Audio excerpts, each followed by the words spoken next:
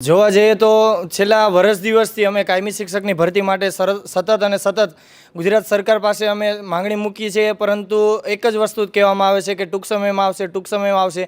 મારે તો ગુજરાતના શિક્ષણ મંત્રીને એવું પૂછવું છે કે તમારી ડાયરી હોય ને તો એક વખત એમાં જોજો કે ટૂંક સમયનો અર્થ શું થાય છે. કેમ કે દરેક વખતે વાયદાઓ વચન અને માત્ર લોલીપોપ જ દેખાવામાં આવશે. આ તમે આજે આની પહેલાં અત્યારે 3 જુલાઈ એ જાહેરાત કરવામાં આવી હતી કે 24,700ની ભરતી કરીશું, પરંતુ અમે સતત મહિના દિવસથી એમની પાસે જઈએ છીએ તો એમ કહે છે કે ઓફિશિયલ નોટિફિકેશન હમણાં આવશે. પરંતુ આજે અમે જોવા જઈએ તો નોટિફિકેશન તો સાઈડની વાત, પણ ફરીથી એક 11 મહિનાનો કરાર લાવે છે. એટલે કે તેજસ, હું અટકાવું છું. સરકારે એવું નથી કીધું કાયમી ભરતી તો નહીં કરીએ. આજે કરાર આધારિત ભરતીની જાહેરાત જરૂર થઈ છે, પણ એવું નથી કીધું કે કાયમી ભરતી નહીં કરીએ. આ હાઈ નથી પાડતા કે નહીં નથી પાડતા. આ સરકાર છે ને, ગુજરાતના મુખ્યમંત્રી ભૂપેન્દ્રભાઈ ને મારે એટલું જ કહેવું છે કે તમે જીવવાય નથી દેતા અને મરવાય નથી દેતા. તમારે પણ સંતાન છે, એની સાથે પણ આવી રીતે આ માનસિક મજાક કરી બેઠા. આજે અમારી સાથે તો છેતરપિંડી થાય છે, અમારા પરિવાર સાથે, અમારા મા બાપ માટે, બધાય માટે આજે એક વસ્તુ આવીને બેઠે છે. આજે એ માને પૂછો કે 200 રૂપિયાની દાડી કરતો હોય ને એનો દીકરો અહીંયા આંદોલન કરવા માટે કે વિરોધ પ્રદર્શન કે ધરણા રેલીમાં સરકારની આંખમાં કહેવા માટે કે ભાઈ તમારા ચશ્મા સાફ કરો, યુવાન છે એ રોડ ઉપર અટકે છે.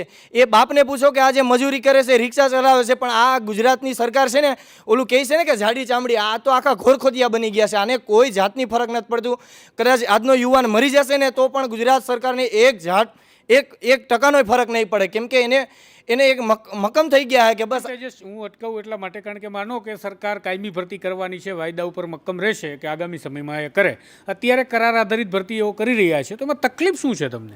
આ સરકાર અત્યારે કેવું કરી રહી છે, આપણે પેલી કહે ને મજાક છે. આ અમુક અત્યારે યુવાનો હોય એની જેવું કે 2 છોકરીઓ રાખે, એકને એમ કહે કે મેં તારી યારે હગાઈ કરીશ ને એકને એમ કહી દે કે હું તારી યારે લગ્ન કરીશ, અને બેયને મૂકીને એ ત્રીજા હારે જ સેટ થઈ ગયો. આ સરકાર પણ એવું જ કરે છે. ઓલા જ્ઞાન સહાયકને એમ કહે છે કે ના તમારો તો કરાર છે, અમે રિન્યૂ કર્યા રાખશું, અને બીજા ઉમેદવારો જ્યારે કાયમી ભરતી માટે જાય છે કે ના તમને તો કરવાના જ છે. હવે સાહેબ વિચારીએ કે કોઈ 5 સીટ ખાલી હોય, 5 ખુરશી હોય, સંગીત ખુરશી રમતા હોય, અને એમાં 6 ઉમેદવાર હોય તો એક ઉમેદવારને તો એમને જ રહેવાનું છે. તો આ સરકારે પહેલાં જ્ઞાન સહાયકના નામે બધી સીટો ફૂલ કરી દેવામાં આવશે, અને પછી જ્યારે અમે જશું ને ત્યારે તો એમ કહેશે કે ભાઈ અમારી પાસે જગ્યા જ ખાલી નથી, તો શા માટે અમે ભરતી કરીએ. એટલે કંઈક ને કંઈક આ ગુજરાત સરકાર છે એમને ભટકાવવાનું, ભરમાવાનું ને સતત વર્ષ દિવસથી અમારી હેરે માનસિક ટોર્ચર કરી દીધું છે. આ વખતે PCR રાખી દીધી છે સચિવાલયના ગેટે કે ટેટટાટવાળો કોઈ દીકરો દેખાય ને એટલે ડાયરેક્ટ એને ગાડીમાં પૂરીને ડાયરેક્ટ પોલીસ સ્ટેશન. આ તો આ શિક્ષણ મંત્રીને મારે કેવું, આ કોઈના આ બાપાની જાગીર નથી સચિવાલય કે તમે કોઈને પણ રોકી શકો. ધારાસભ્ય હોય કે સાંસદ હોય કે નેતા હોય, કાર્યકર્તા હોય, આમ જનતા બધી જ સચિવાલયમાં જઈ શકે, તો શા માટે અમે નહીં જઈ શકતા? અરે અમે તમને ચૂંટીને નામ મોકલીએ, અમારા સવાલોનો જવાબ દેવા માટે તમને બેઠાડ્યા, બાકી તો તમે ના બેઠા. અરે તમને ન જવાબ દેવાની તમારામાં ઓકાત હોય, તમારામાં ત્રેવડ હોય તો તમે પદ છોડી શકો છો, પણ અમારા જવાબ તમે આપવા માટે રેડી રહો. બસ એટલી જ અમારી માંગ. વૈષ્ણવજન તો તેને કહીએ જે